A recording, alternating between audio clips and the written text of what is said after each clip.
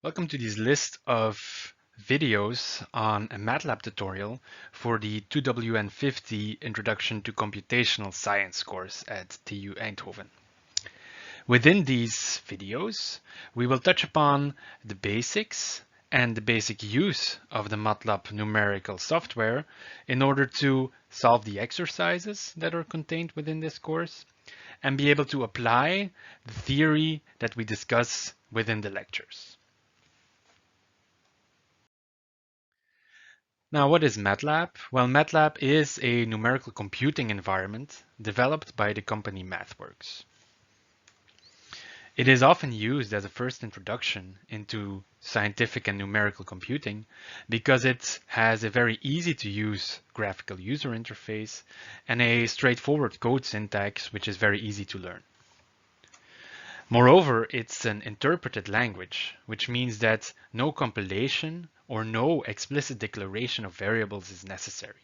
And this makes it very easy to rapidly design prototypes and rapidly code up simple scripts and programs in order to test all the numerical algorithms in a quick fashion that we will discuss within the context of this course. The downside here is that the fact that it's not a compiled language, that we have to sacrifice on computational efficiency and speed a bit, but this will be no issue within this course.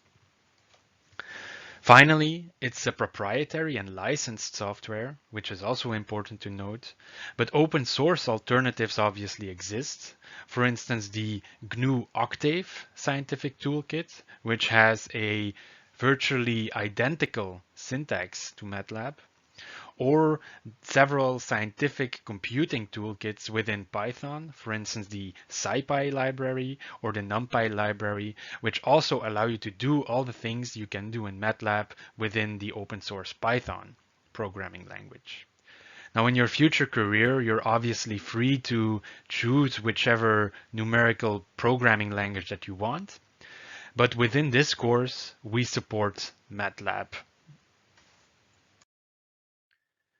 The tutorial assumes that you already have MATLAB pre-installed on your system at the beginning.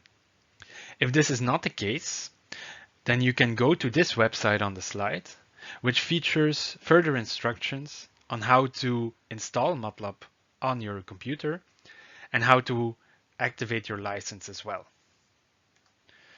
This tutorial is in large part based on Appendix A from the handbook that is used within this course, the Gilad and Subramaniam handbook. But there are obviously also other materials that can be found on the internet. Highly recommended is the on-ramp course provided by MathWorks itself. You need a MathWorks account for this, but this is provided to you if you follow the instructions in the installation. And it's highly recommended to follow this on-ramp course because this will allow you to also really get your hands dirty with some exercises and some actual programming in MATLAB when following this course. If you prefer to read from a reader, I can highly recommend this An Introduction to MATLAB PDF written by David Griffiths. And obviously there's also the MATLAB online documentation, which features all the relevant information on all the functionalities of MATLAB on the website of MathWorks itself. Let's take a look at the content of this tutorial. So this video contains an introduction into the tutorial. In the next video, we will discuss the graphical user interface that MATLAB has, which is followed then by the most basic use of MATLAB, which is using MATLAB as an advanced scientific calculator in order to do simple arithmetic computations.